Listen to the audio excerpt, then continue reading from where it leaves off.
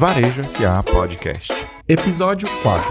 Confiança do micro e pequeno empresário e contratações para o final do ano.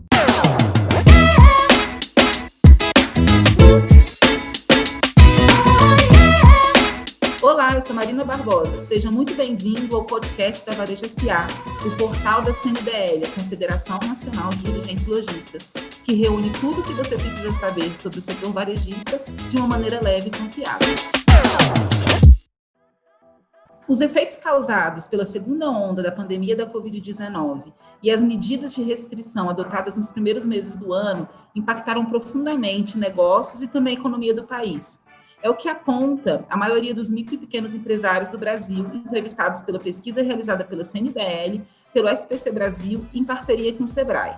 E para falar sobre como anda a percepção e a confiança do micro e pequeno empresário do Brasil, vamos conversar hoje com o gerente executivo da CNDL, Daniel Sakamoto.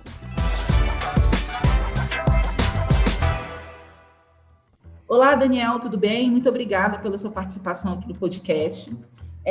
Eu queria saber, Daniel, como que anda a confiança do micro e pequeno empresário em relação à economia do país? Bom, para 51% dos brasileiros, as condições econômicas pioraram nos últimos 6 meses. Isso demonstra que a confiança não está boa.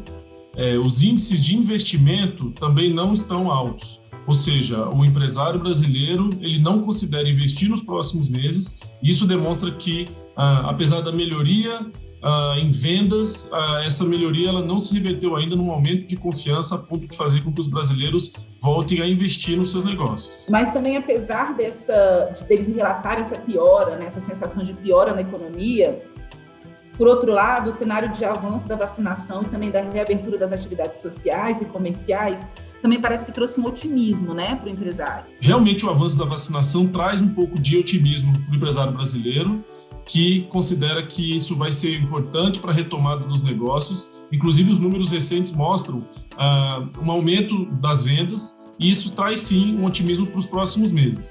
Ainda não é suficiente para fazer com que o empresário resolva investir ou aprimorar o seu negócio nesse primeiro momento, mas a gente acredita que isso é, sim, um caminho para a retomada do crescimento econômico e para a volta do empresariado investindo e se tornando cada vez mais confiante aí na melhoria das condições econômicas do país. Bacana, Daniel. E a gente seguindo nessa linha, a pesquisa também falou um pouco sobre como que se o empresário ele deseja, né? Se ele está previsto fazer melhorias nos próprios negócios, né?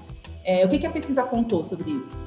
Bom, apesar do otimismo com o futuro, a pesquisa mostra que 2 em cada 3 empresários não realizou nenhum tipo de investimento nos seus negócios nos últimos 3 meses.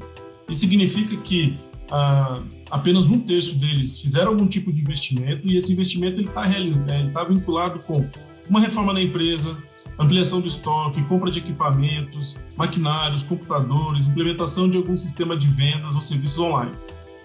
Então, realmente, ainda há muito espaço para que esse empresário retome sua confiança e volte a investir no seu próprio negócio. Certo. E entre os que pretendem investir, quais são os principais objetivos desses investimentos? Os empresários que pretendem investir, eles estão mais focados na ampliação do seu estoque, investimento em mídia e propaganda.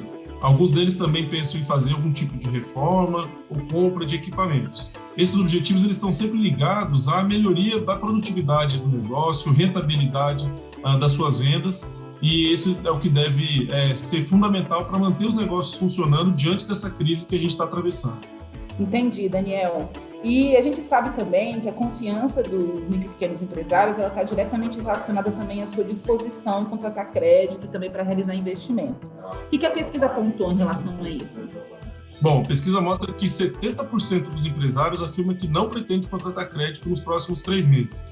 Por um lado, isso é positivo, porque a gente sabe que o crédito no Brasil é caro e faz com que o endividamento das empresas aumente, mas isso demonstra também que há ainda uma incerteza com relação ao futuro, e a contratação de crédito demonstra que a confiança não está tão alta quanto deveria para a retomada dos negócios. Bacana, Daniel. Agora a gente vai falar um pouco sobre a expectativa da contratação agora de temporários para o final do ano. A gente sabe que é uma época que sempre traz otimismo, né, expectativa, tanto para o setor também como para a população desempregada, que sempre busca se recolocar no mercado de trabalho com essas vagas abertas pelo comércio. E a pesquisa, a CNDL e o SPC Brasil junto com o Sebrae também fizeram uma pesquisa sobre isso, né? O que a pesquisa mostra? O que a pesquisa aponta? A pesquisa aponta que aproximadamente 105 mil vagas de trabalho serão criadas para o final do ano. É um número bastante importante, relevante nesse momento que o desemprego está em alta no Brasil, mas esse número ele é menos otimista do que a pesquisa realizada em 2019. Então, apesar de ser algo importante para o mercado de trabalho brasileiro, a gente ainda não retomou os patamares de contratação pré-pandemia, o que preocupa ainda bastante a economia brasileira. E quais são essas principais vagas? Para onde que a população pode enviar os currículos? Onde que a maioria das vagas vão ser abertas? Bom, a maioria das vagas elas costumam ser abertas na área de vendas, seja de loja física, seja de shopping. Essa é a principal área que demanda contratação de temporários no Brasil. A pesquisa mostra também que a maioria dos empresários ele planeja fazer essas contratações temporárias sem carteira assinada, né? O que aponta esse levantamento? Considerando a forma de contratação, 57% afirma que vão abrir vagas informais, sendo que 47% registrados em carteira de trabalho e 18% recorrerão à mão de obra terceirizada. Em média, o número total de profissionais temporários contratados será de 2 colaboradores. Esse tipo de contratação do fim de ano, ele representa, sim, uma excelente oportunidade devido ao grande número de desempregados que a gente tem no país. Mesmo no caso das contratações temporárias, sempre existe aquela possibilidade de da contratação se tornar efetiva, principalmente se as expectativas de crescimento para vendas elas se confirmarem, que é o que todo mundo está torcendo que aconteça até o final do ano.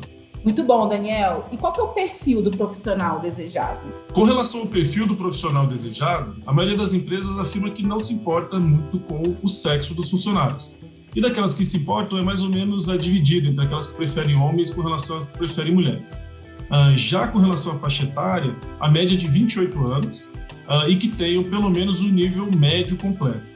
Com relação à expectativa de salário, é de R$ 1.463 em média, numa jornada de trabalho que varia ali entre 6 e 8 horas diárias. Muito bom. E quando que vão ocorrer essas contratações? As contratações já começaram ou ainda dá tempo do pessoal